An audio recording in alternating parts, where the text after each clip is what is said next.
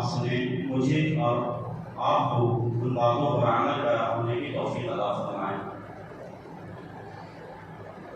میں نے قرآن مجید کی ایک آیت تلاوت کی جس کا مفہوم، جس کا مطلب یہ ہے کہ ان الذین قالوا ربنا اللہ ثم استقاموا،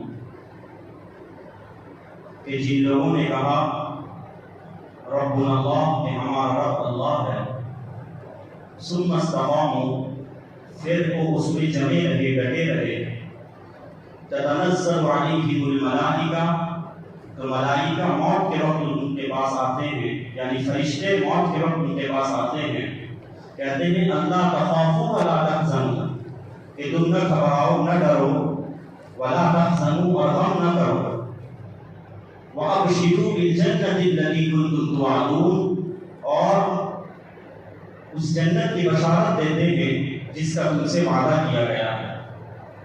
پھر اللہ رب العزت آگے فرماتے ہیں نحن اولیاؤکم فی الحیاۃ الدنیا وفی الآخرہ، کہ ہم تمہارے دوست تھے دنیا میں بھی اور آخرت میں بھی، ہم تمہارے دوست ہیں دنیا میں بھی اور آخرت میں بھی۔ وَلَكُمْ فِيهَا مَا تَشْتَهِي أَنفُسُكُمْ، کہ تمہیں ایسی جنت مبارک ہو جہاں تم من چاہی زندگی گزارو گے۔ وَلَكُمْ فِيهَا مَا تَدَّعُونَ نُزُلًا مِنَ الْغَفُورِ الرَّحِيمِ، یہ اللہ کی طرف سے تمہارے لیے وعدہ ہے جو اللہ رب العزت اسے پورا کر رہا ہے۔ اس آیت میں اللہ رب العزت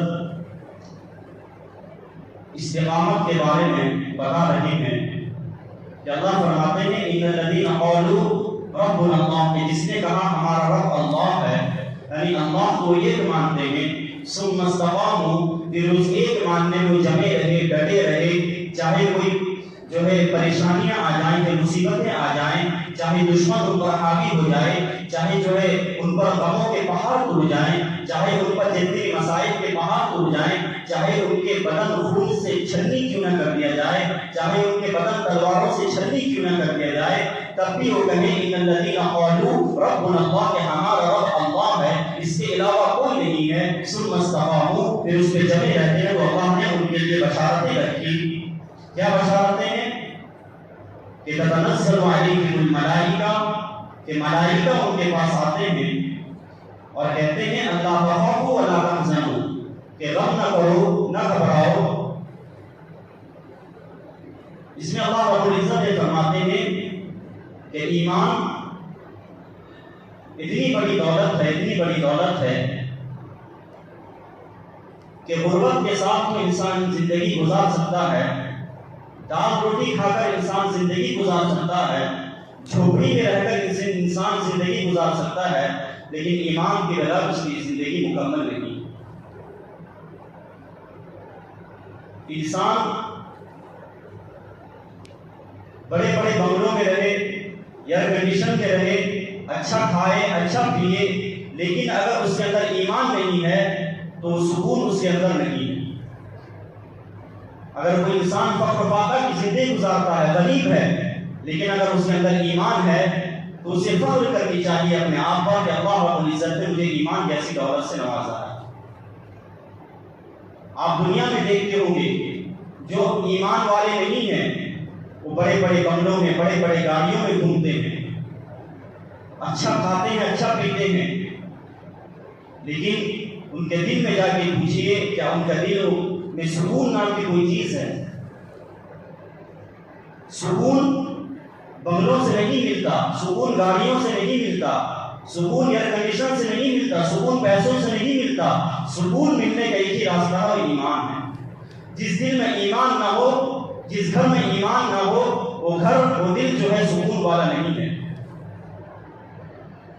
اگر پیسوں میں سکون ہوتا، جائیداد میں سکون ہوتا، گاڑیوں میں سکون ہوتا، بنگلوں میں سکون ہوتا، تو صحابہ کرام رضوان اللہ تعالی اجمعین کے پاس کچھ بھی نہیں تھا، لیکن وہ مطمئن تھے، وہ سکون والی زندگی گزار رہے تھے، اطمینان والی زندگی گزار رہے تھے، کیونکہ وہ استقامت کے ساتھ اس دین پر جمے رہے تھے۔ ہزاروں پریشانیاں آ گئی، مصیبتیں آ گئی، غموں کے پہاڑ ٹوٹ گئے، لیکن استقامت کے ساتھ دین پر جمے رہے۔ ان کا ایمان انہیں تلواروں سے نہیں روک پایا، ان کا ایمان انہیں جو ہے کفار کے ڈرانے سے نہیں روک پایا، وہ کفار کے ڈرانے سے نہیں ڈرے، وہ تلواروں کے سائے میں بھی کلمہ توحید کہہ کر جو ہے اس دنیا سے چلے گئے۔ حضرت حذیفہ بن یمان رضی اللہ تعالیٰ کے بارے میں آتا ہے کہ آپ کو ایک بادشاہ نے آپ کے ساتھیوں سمیت پکڑ لیا، پکڑنے کے بعد ان سے کہا کہ تم کہو ہمارے بتوں کے آگے تم سجدہ کرو۔ حضرت حذیفہ بن یمان رضی اللہ تعالیٰ نے کہا کہ اسی سجدے کے انکار کے لیے میں تمہارے پاس آیا ہوں، کہ غیر اللہ کے سجدے کے انکار کے لیے تمہارے پاس آیا ہوں، تم مجھے کہہ رہے ہو کہ بتوں کے آگے سجدہ کرو، کیسے ہو سکتا ہے؟ تو اس بادشاہ نے ان میں سے ایک ساتھی کو پکڑا اور کھولتے ہوئے جو ہے گرم تیل میں ڈال دیا۔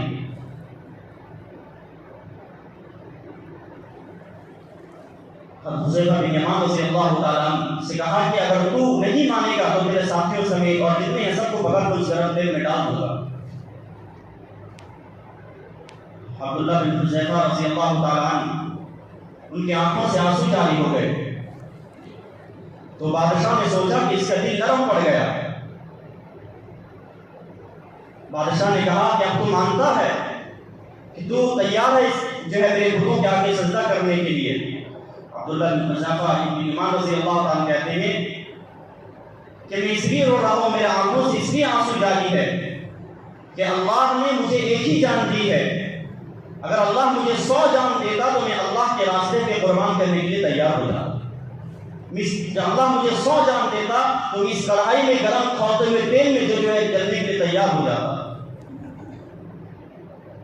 پھر اس نے کہا اچھا تو ایک کام کر دے کہ میرے پیشانی کو بوسہ لے لے۔ عبداللہ بن حذیفہ بن یمان رضی اللہ تعالیٰ نے کہا کہ میرے بوسہ لینے سے اگر میرے ساتھی لوگ چھوٹ جائیں گے تو میں بوسہ لے لے۔ تو بوسہ لیا تو سارے ساتھی جو ان کے چھوٹ گئے۔ عمر رضی اللہ تعالیٰ اس وقت جو ہے امیر تھے، امیر المؤمنین تھے، وہ آپ کا انتظار کر رہے تھے ساتھیوں سمیت۔ سنیت الوداع ایک جگہ ہے مدینہ میں جہاں پر مدینہ کے لوگ اپنے مہمان کو چھوڑنے کے لیے آیا کرتے ہیں، وداع کہتے ہیں الوداع کی جگہ کو۔ اور حضور اکرم صلی اللہ علیہ وسلم جب مکہ سے مدینہ کی طرف ہجرت کر کے آئے تھے تو مدینہ کے لوگ وہاں آپ کے استقبال کے لیے کھڑے ہوا کرتے تھے۔ جب دیکھا کہ عبداللہ بن حذیفہ اپنے ساتھیوں سمیت آئے ہیں، امیر المؤمنین عمر بن خطاب رضی اللہ تعالیٰ عنہ آپ کے پیشانی کو بوسہ دیتے ہیں، بوسہ دے کر فرماتے ہیں کہ تیرے پیشانی کو تو نے بادشاہ کے پیشانی کو بوسہ دے کر اتنے ساتھیوں کو چھڑا دیا، اس لیے میں عمر بن خطاب تیرے پیشانی کو بوسہ دے رہا ہوں۔ میں بتانا چاہتا ہوں کہ ایمان کتنی بڑی دولت ہے۔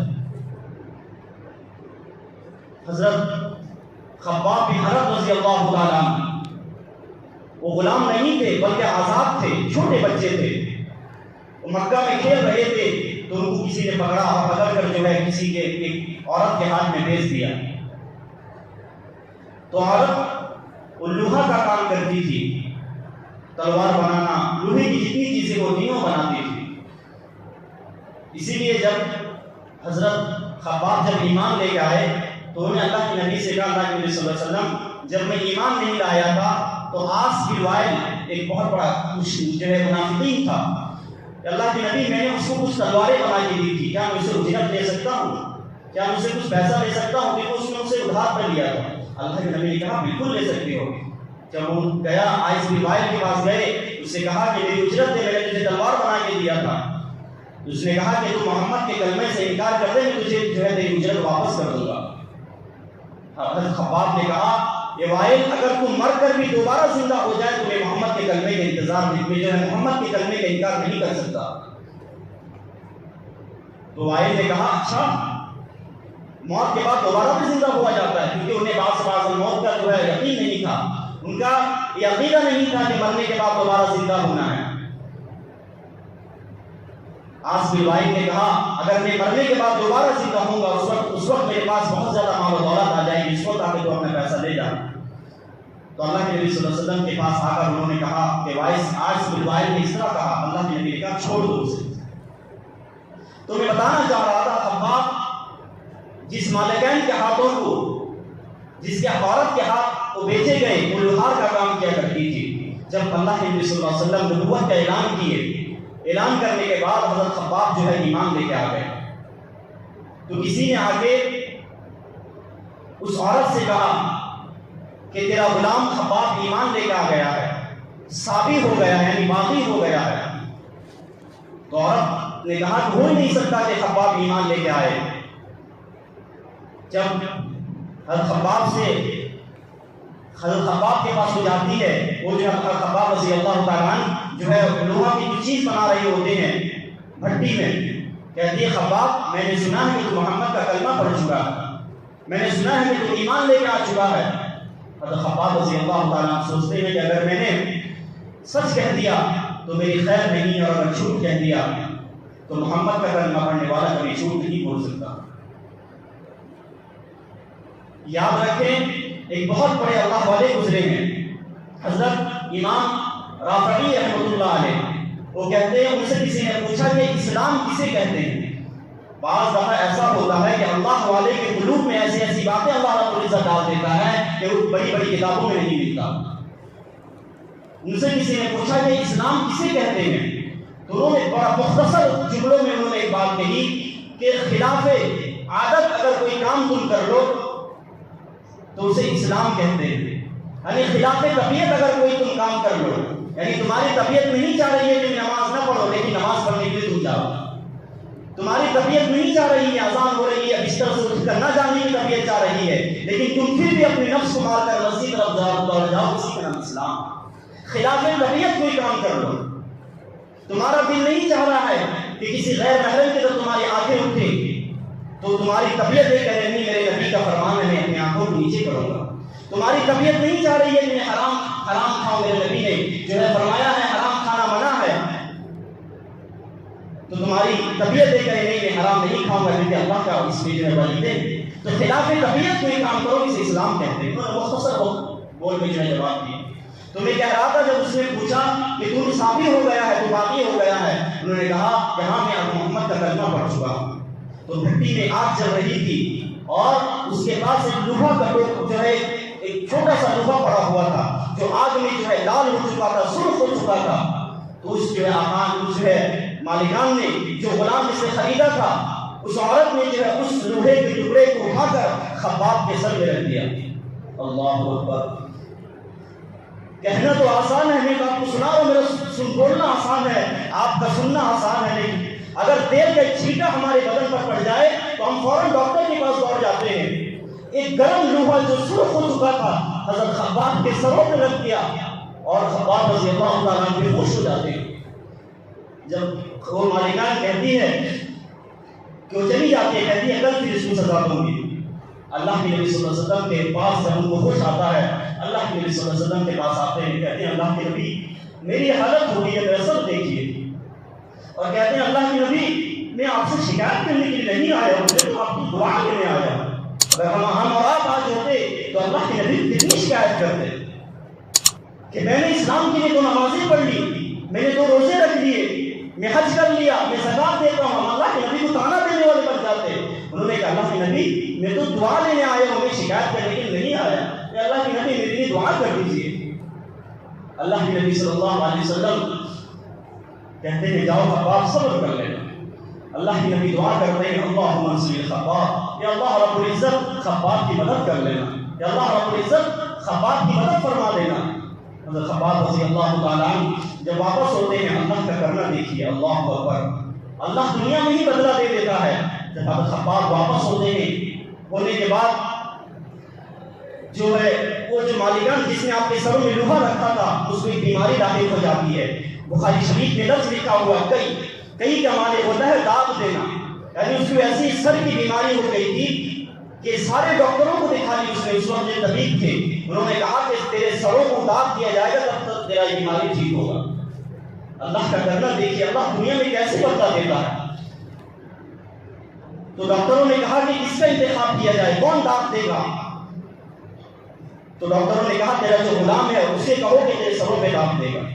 خباب رضی اللہ تعالیٰ عنہ اسے جو ہے اپنے ڈاکٹروں کے پاس لے کے جاتے ہیں اور دل میں سوچتے ہیں کہ دیکھو اللہ کا کرنا کیسا کہ اس نے میرے سروں پر جو ہے گرم لوہا رکھا تھا، آج اللہ اس کے سروں پر گرم لوہا رکھ رہا ہے. اللہ کے نبی فرماتے ہیں کہ تم دنیا میں جس کے ساتھ جو کرو گے، جیسی برائی کرو گے، دنیا میں اللہ تمہیں وہ صحیح پلٹ کر تمہیں دے گا۔ تم جس کے ساتھ جیسا کرو گے اللہ دنیا میں ہی کر کے دے گا، موت کے آنے سے پہلے ہو کر ہی رہے گا۔ اگر تم کسی کی ذات پر کیچڑ اچھا رہے ہوگے، تم نے کسی کا برائی کی ہوگی، تم نے کسی کا زمین ہڑپا ہوگا، تم نے کسی کو مارا ہوگا، تم نے کسی پر زنا کا تہمت لگایا ہوگا، تو دنیا میں ہو کر رہے گا، اس وقت تمہیں موت نہیں آ سکتی۔ یہ اللہ کا جو ہے فیصلہ ہے، یہ اللہ کا نظام ہے۔ خباب اس سوچتے بھی جا رہے ہیں کہ اللہ کے نبی کی دعا قبول ہو گئی۔ اللہ کے نبی نے کہا تھا اللہ خباب کی مدد فرما دے۔